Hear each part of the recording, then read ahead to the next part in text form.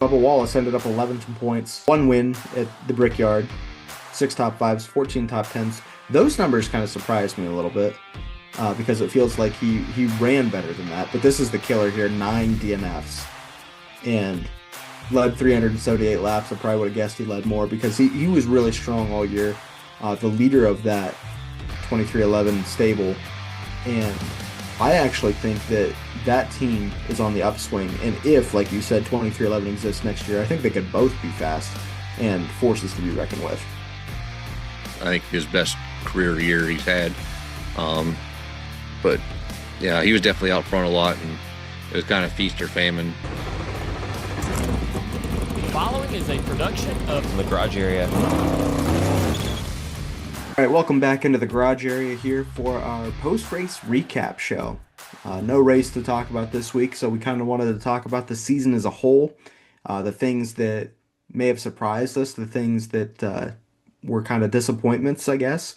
Kyle Busch, and kind of go over our list of races. We put a rating after every race this year so that we could kind of keep track of our in-the-moment feelings after the checkered flag flew and see what we thought about the race as a whole, and we've got those pulled up and see what races we thought were the best this year.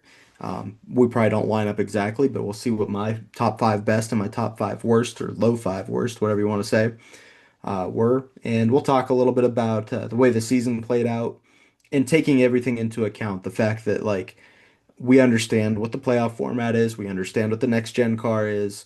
We're not basing our expectations on that. We are going to comment on it in spite of those things. So, because obviously neither one of us are real happy about that. Before we really get into it, though, has your opinion on anything from the championship race changed? The way that things played out, um, just now that there a little bit of time has passed, do you feel any differently than you did when we recorded last time? Um, Maybe a little bit less sting, of course. Um, and maybe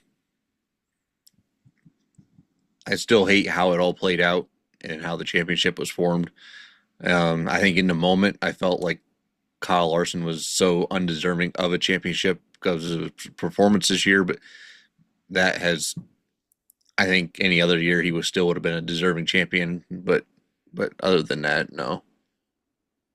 Yeah, um, I saw online somewhere that Kyle had scored the most points this year, if you counted stage points and everything, uh, which obviously they do. But it wasn't, the standard Winston Cup points. It's not like he scored the most points in that system. Is he earned the most points in this system throughout the course of the year, which even the person that does that doesn't always win the championship, which is a wild system. But uh, the argument was that he had done that, he had earned those points and therefore rightfully deserved to be a champion. I think that my feeling of undeservedness of him winning a championship has gone away a little bit. I don't feel that, you know, Larson had any reason to not be considered for that. It just felt like the momentum was with the other three at least. Um, and he hadn't won a race since May. He didn't lead any laps in that race. He said himself that his car was somewhat average, but that's kind of on me at that point to put that you're buying into the system if you think that, well, he didn't perform in that race, so how can he be a champion? Well, isn't that my whole argument against the system, that it's one race that determines a champion? So that's kind of backed off a little bit. Um, I don't want to get into this too deep, but I do want to hear your thought on this. There came some discussion out of the championship race about overtime finishes, and on the teardown they talked about this a little bit. That was one of their things that they would do to fix NASCAR. One of the topics they addressed, I guess, was the overtime finishes. One theory that was thrown out was if the leader has a lead of X amount, whatever you put that threshold at, they automatically win if the caution comes out. Like if it's over a second and a half or whatever that number is, they're automatically a winner. I don't like that. I assume you don't either. No, not really.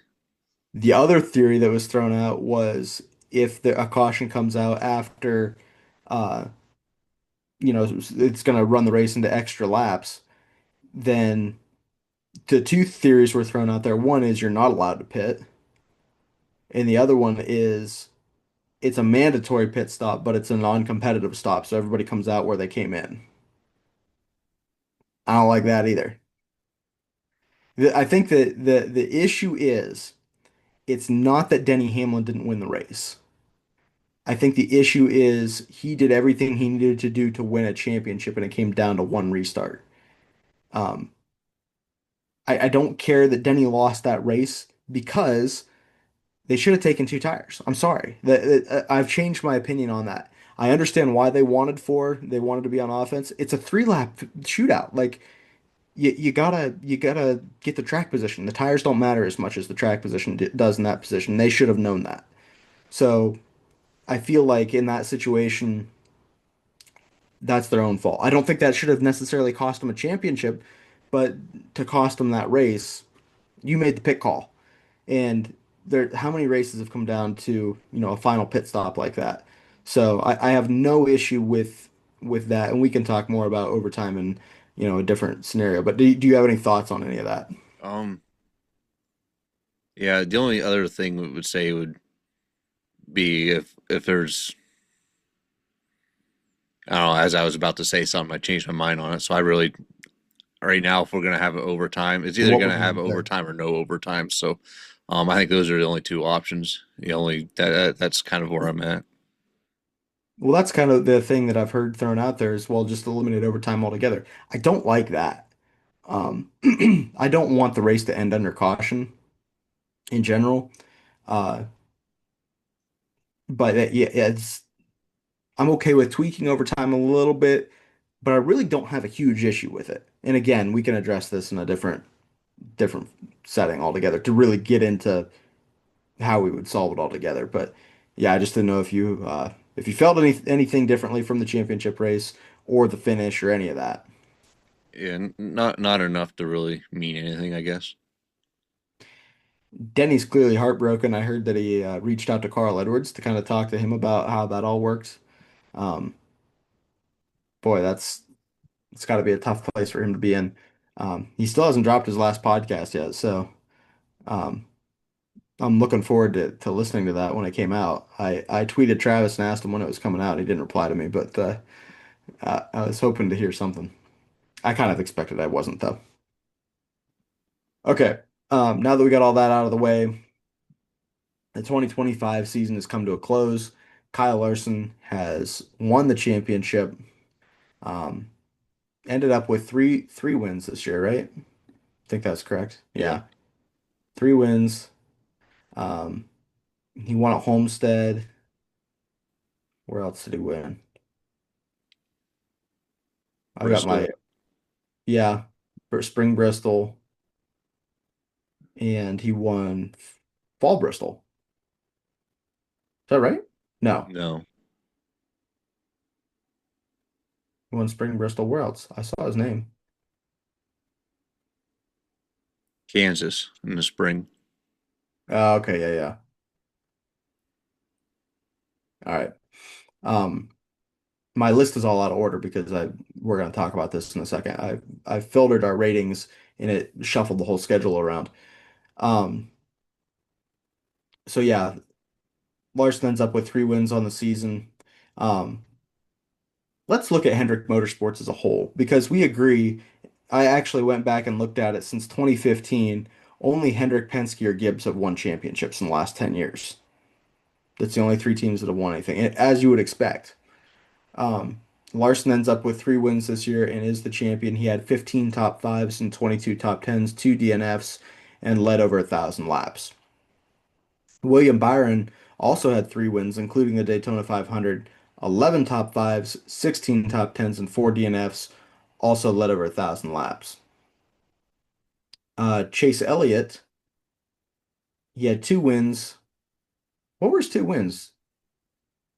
Atlanta and Kansas. And Oh, right, right. Yeah, when he skirted around Denny and yeah, I remembered Atlanta. So he had two wins, 11 top fives, 19 top tens, three DNFs, Only led 454 laps. Did that surprise you that he led that few laps this year? I mean, I think we talked about his struggles all year, so it's not surprising that he's only led that, but you would expect more out of that, especially out of a champion driver running for Hendrick Motorsports. And I should point out that while Larson won the championship, Byron finished fourth because of that crash. Elliott finished eighth, and Bowman finished 13th in the standings. Um, Bowman ended up with 0 wins, six top fives, 16 top tens, had four DNFs, only led 165 laps. Clearly, Larson and um, Byron had very good years regardless. Multiple race wins, led a lot of laps. There'd be nothing to be disappointed about there. Chase Elliott made the round of eight and was close to the final four. Were you disappointed with his season? Um, I think when you really look at it, his season overall this year was better than last year, and not just because he had one more win, but I felt like there was a little more consistency, maybe. But I still expect more out of him. What about uh, what about Alex Bowman? Do you think that that was an underperforming year? It was definitely been probably his worst year since he's been at Hendrick. Um, it just I don't know. I can't think of a time where he even came close to winning anything. Even kind of like a what they say backed into wins and whatnot, and I don't even remember any of those. Yeah. Was he running like a starting park car for Hendrick this year? I don't What know. what was the deal there? Were they just putting an extra car in the racetrack to collect a check? It didn't really seem like he was even involved in anything remotely related to racing. I couldn't tell you.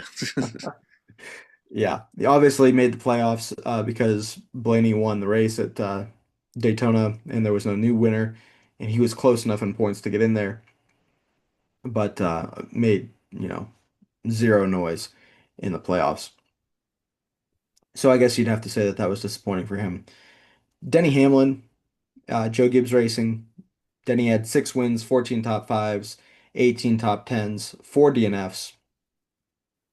Didn't start the race at Mexico City even, and led over 1,000 laps. He had 36 playoff points too, by the way. Um, Obviously a great year for him. I'm sure that he was, well, we know that he was super disappointed, didn't win the championship. Certainly a contender. Chase Briscoe, his first year at Gibbs in that 19 car, he definitely, I think, rose to the occasion and over exceeded my expectations for him this year. Would you agree with that? Definitely, yeah. 3 wins, 15 top fives, 19 top tens, four DNFs, led 884 laps. Not quite to the 1,000 lap mark, but not too bad. And when you really think about it, until he got that win at Pocono, I wasn't sure he was gonna win a race. Um, and then from there, it looked like after he started to win, it was like, man, he might be a championship favorite here. Won that race at Darlington. Just really good year for him, and I think that that's really going to be something that they build on for next year. And he would have to be, I mean, Larson, Denny, Briscoe, and Byron. If I were to preseason rank the top four, throw Bell in there for five. That would be the order I'd put him in, I think. Those are the five that I would pick to be my top five. Maybe not necessarily in that order, but definitely I'd probably put Denny and then Briscoe above Larson. But if Denny's racing next year, we don't know. Uh, but yeah, definitely a overachieving year, I would say, for Chase Briscoe in his first year with the 19 team. Christopher Bell, 4 wins, 13 top fives, 22 top tens, three DNFs, only led 282 laps. That's like half of what Chase Elliott led. I think that's what surprises me. This Christopher Bell usually wins races going away, and he didn't really do that this year. He won three in a row to start the year. I'm not sure where his fourth win was. Um, that was Coda was part of that. He did win the All-Star race. He won Atlanta. Uh, Uh, Fall Bristol. All Bristol race. Yep. Uh, so obviously he had Had wins at the beginning and the end of the year, but just a very insignificant amount of laps led, which surprised me quite a bit. Um, but it still ends up fifth in the championship standings. Didn't make the final four, but that was kind of it was pretty crowded there with two Gibbs cars already. Um, and then you got to go way down to 19th in points to find Ty Gibbs. Zero wins, five top fives, 10 top tens, four DNFs. Still led more laps than Christopher Bell with 304. Um, Kind of surprised that he actually led that many laps. There was races at times where he actually did run well and looked like he was going to be a guy that could compete for the win that day. He just never got it done all year long. Yeah, I feel like I see him like top 10, 15 beginning of races, even top fives at some of these places. I think a lot of those laps led were at Bristol in the fall. Yeah. And then, of course, when you lead at Bristol, those laps click off fast. You can pile them up, but um, I just, I just feel like they don't finish it off. Something happens, whether Yeah. it's tie. I remember they had a lot of mechanical issues with that car also. I think transmission issues throughout the year and whatnot. For some reason, his car had issues. Um, Maybe it's the same one Denny Hamlin had at the end of the year. Maybe the Toyota and they're doing something with their transmissions. They're having issues or whatnot. But the 54 car team or whatever just feels like they're not finishing off the end of their races. Yeah, JGR as a whole did seem like they struggled mechanically this year that in a way that other teams did not. That was kind of surprising to me, uh, what they endured this year. Ryan Blaney ends up sixth in the championship, wins the last race of the year at Phoenix. He gets four wins on the season, 15 top fives, 19 top tens, eight DNFs, and that's really what hurt him throughout the year. Had a great car. I think it was at Homestead when he blew up. Um, there was like three races in a row right around that time in the spring that felt like he was really fast week in and week out and just had something plague him before the checkered flag flew. Led 851 laps, which is still quite a few. Strong performance for him. I I mean, he didn't make the final four, but I would say that that's a pretty successful year for Blaney, wouldn't you? Yeah, I mean, anytime you get more than multiple win season and make the playoffs and nearly make the final four, I mean, this day and age, that's got to be successful. I mean, anything could wipe you out of the championship anymore. So, Yeah. um, yeah, Joey Logano, one win, seven top fives, less than half as many as Blaney, 13 top tens, four DNFs, led 577 laps, and was still in the round of eight. Does that sound like round of eight numbers to you? no, It sounds like Joey Logano numbers to me. Uh, yeah, I'm not sure. I mean, he won the one race at Texas. I was thinking when I was kind of, I don't know, thinking about what we were going to talk about on this show. I was thinking about Logano's season, and I'm like, I know he won at Texas, and then he won at oh, where was it? Nowhere. He didn't win anywhere else. So that was it. He only had the one win this year. I was a little bit surprised by that. I was a little bit surprised that he ran as well as he did and didn't have more wins. If he had been, you know, back of the playoff field, um, just missed the round of eight or something like that, I'd be like, yeah, that was a one-win driver this year. But to make the round of eight and I don't know, be as competitive as he was in that round just kind of surprised me that he only had the one win. I should have known that, but it was kind of odd. Austin Cindric, he won, I think, at Talladega, right? yeah, In the spring. He ended up with a win, two top fives, five top tens, four DNFs, led 325 laps. Pretty quiet, and I would say pretty disappointing for him this year for a season that looked like it was going to start pretty well. Uh, I feel like he kind of got off to a hot start and then it just faded away rather quickly. Not sure what the problem is there. I don't know if it's Cindric specifically. I don't know if it's the two team, but they are definitely quite a ways behind his two teammates. Yeah, I feel like this was kind of a down year compared to last year. Um Definitely I remember him being up front beginning of the year, and then I just feel like you never heard from him the rest of the season. Yeah, I don't know what the deal was with that. Um, Tyler Reddick, he was a surprise to me this year. I thought the guy would win more races or a race, and he won no races, still made the playoffs. He had seven top fives, 14 top tens, only had one DNF, and only led 169 laps. You just kind of kept waiting for it to kick in. Like, now he's going to get good. Now he's going to catch fire. Now he's going to start winning races. And that just never happened. Yeah, I expected a lot more out of him. I feel like the races we expected him to win, like places like Kansas or Darlington or Homestead, I feel like you'd see him start mid pack and then work his way to top 10 to top five maybe, and then by the end of the race he was gone again. It was one of those things where it just felt like they started behind, they worked their way forward and fall back again.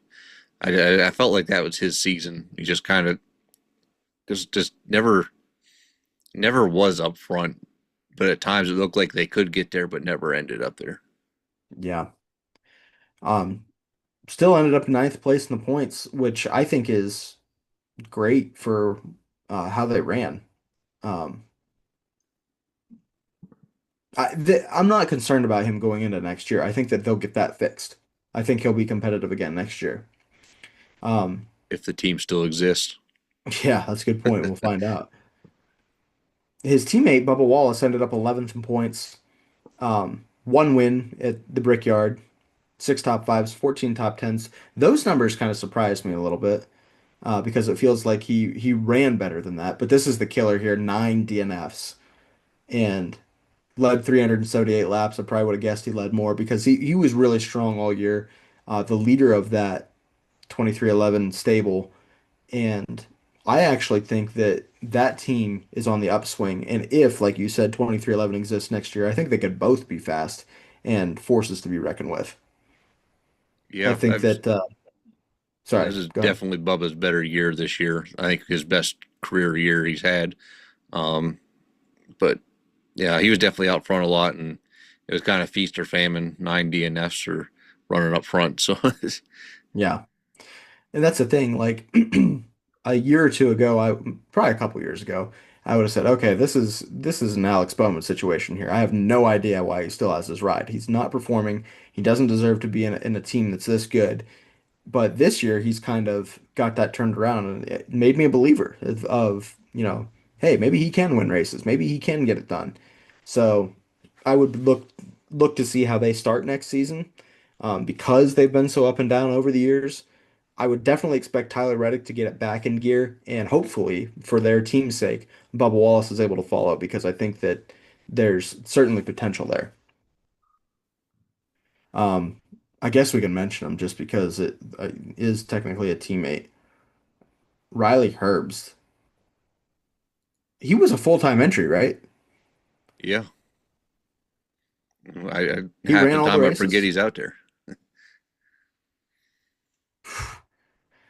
Riley Herbst, zero wins, zero top fives, zero top tens, six DNFs, and led two laps this year. That is a awful, awful season. Um, Shocked by that.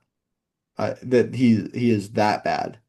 Like I didn't think he'd be good. I didn't think he'd be competing for wins week in and week out. But man, that is bad. Um, Somewhat surprised by that. SVG performed better than I thought he would this year. Obviously, a really good road course racer. He has five wins, all of them on the road course. He has five top fives. That would be those wins, and seven top tens. So only a couple other times did he finish in the top 10, and probably one of them was Coda, if I had to guess, a road course race that he didn't win. Uh, and then he had four DNFs, led 312 laps, I'm sure all at road courses. Um, Shane's one of those guys that if he gets it, and he's starting to, if he gets it a little bit more figured out on ovals, he'll be interesting to watch as well. Yeah, we definitely saw it there at the in the playoffs. I mean, he finished 12th in the standings, which was above a bunch of guys that are grew up on the oval. So I mean, he's obviously figured something out in the playoffs. I mean, he's becoming a top 15 to 20 driver instead of the 25 to 30 if he started out the year in. So he has definitely improved. He did get a top 10, I believe, either at Vegas or Kansas. Um, I want to say it was Kansas when Zane Smith rode the wall. I think that race he got a top 10 on the oval. So he was ahead of that wreck. So he was running up there at that point. So, but yeah, he's definitely getting up there, figuring things out for sure. Ross Chastain, his Trackhouse teammate, had one win. That was the Coke 600, a race that William Byron dominated, and Chastain got the win. Four top fives, 12 top tens, four DNFs, only led 83 laps. Disappointing for Ross, I think. Expected him to run a little better, and definitely did not. Still made the playoffs, finished 10th in the standings. Kind of at the back half of the year, once the playoffs started, he did run a little bit better and was a little more significant. He was competing with Logano for that last spot at the Roval, and ended up wrecked, essentially, and didn't and missed it. But um, I would say overall the performance was bad, but at the end of the year they started to pick it up a little bit, and I would say they have a little momentum going into next year as well. Daniel Suarez, kind of a lame duck situation. He finished 29th in the standings, no wins, two top fives, seven top tens, nine DNFs, led 35 laps. Um, Gonna be a bad deal. He's going to be at Spire next year in the seven car, and uh, the accident-prone kid, what's his name, Connor Zilich, is going to be a different number, but on that team next year, essentially taking over that 99 car. For reference, Justin Haley in the seven finished two spots behind him in the points, 31st in the standings, with only one top five and two top tens, three DNFs, led 20 laps. So there's the bar is not super high, but I think that Suarez can probably outperform that. Um, I'm not missing anybody so far, am I? Um, I don't think so. Talked about Bowman, we talked about Cindric. Austin Dillon, he got that Richmond win. Um, that was his lone top five. He has five top tens, three DNFs, led 119 laps. I'm sure all of those were probably at Richmond. He ended up finishing 15th in the points out of 16 playoff drivers. His teammate Kyle Busch, what a disappointment for him. Zero wins, three top fives, 10 top tens, and two DNFs, only led 88 laps, never even sniffed a win this year. That's a that's a disappointing situation for them. I really don't have anything more to say about it. Yeah, I mean, I don't know what to say. Josh Berry looked like he was going to be somebody that competed for wins a little more often. He won at Las Vegas. He had three top fives, eight top tens, but he had nine DNFs, and that's the highest number that we've seen so far. Bubba Wallace also had nine, but I mean that's a lot. 207 laps led, probably most of those were in Vegas as well.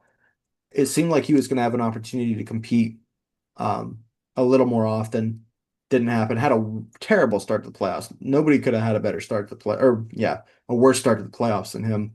Ends up finishing 16th in the points, eliminated first round. In races that looked like he might actually compete a little bit once the playoffs started, and just terrible luck. So disappointing for him. Uh, I don't really know what to make of that team. I don't know if I think that they have an opportunity to be fast next year or not, but um, certainly 2025 didn't go the way they were looking for. Yeah, I expected, well, they overperformed what I was expecting at the beginning of the year. And then we got our expectations up, and then they underperformed the rest of the year. Although I think after the first round of the playoffs, I think that some of their speed came back, and he started running up front again, but it wasn't quite race winning speed. But I feel like once you're eliminated from the playoffs or whatever, that some of your performance goes away, and the guys that are still locked in running are still out there outperforming what they need to do to get through. So, but I think at the end of the year, he still had some speed in him. Yeah. Um, RFK Racing, Chris Buescher, Ryan Preece, Brad Keselowski. They finished 17th, 18th, and 20th in the points. No wins among any of them, which really surprised me out of RFK this year. Usually they sneak around with one or two as the year goes on. Priest was close a couple times, just couldn't close the deal. Busher, I feel like it was at least competitive in a couple races. And, Brad even had the opportunity to win in Phoenix and just blew the last set of corners. Uh, he just had a terrible start to the year and they never were able to overcome it. And obviously, without winning a race, that doesn't help you at all. Busher had five top fives, 16 top tens, two DNFs. Priest had, and he led 47 laps. Priest had three top fives, 14 top tens, three DNFs, and led 133 laps. Brad had five top fives, 13 top tens, seven DNFs, and led 222 laps. So yeah, a little bit of disappointment there. Um, McDowell and Hocevar for Spire, they were right around the same area. 22nd and 23rd in points, obviously no wins. Three top fives for McDowell, six top tens, two DNFs, led 96 laps. Hocevar, who had the opportunity to compete for more wins this year. Just the results are not there to back that up. Two top fives, nine top tens, eight DNFs, 122 laps led. Um, I think that the season was disappointing for McDowell because he would qualify up front a lot and then just like he dropped an anchor, go to the back. Hocevar, it seemed like he could start anywhere in the field and eventually get up to the top five, but just never could close it out, never could get a win, never could even get a good result, it didn't feel like.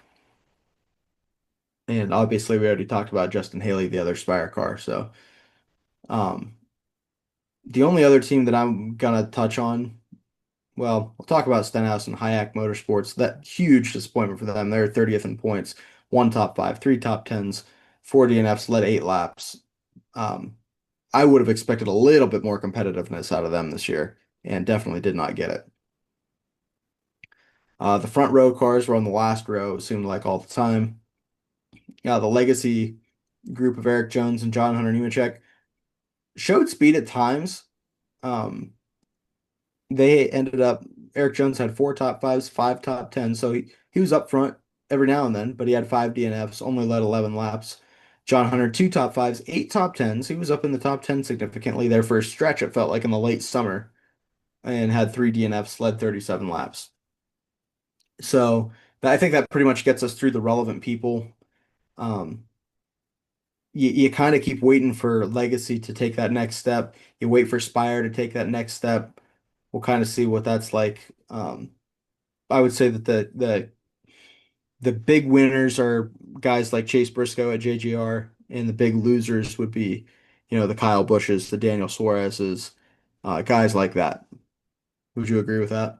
Yeah, I mean, you look at the standings and you see where they're at, and you can tell who's the loser. Yeah. But I mean, As yeah, I far mean, as expectations. yeah, definitely expectations. Yeah, definitely expected. You expect more out of Kyle Busch. I don't know Yeah, if you expect that out of RCR, but I don't. That's that's the only thing. unfortunately. Yeah. I'll try to move through these quickly because we're running out of time here tonight. But the races that I had rated highest, the highest rating that I gave out was a nine.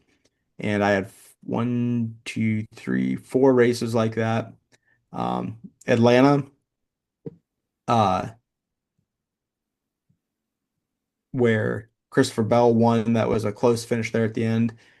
The All-Star race that Christopher Bell won, and Bristol that Christopher Bell won. Uh, I gave nines to all those, as well as the Fall Martinsville race that Byron won. I thought those were all really good races. The ones that I had at the bottom were the Spring Bristol race, uh, the Gateway race, Dover, Pocono, uh, and the Talladega race that Cindric won.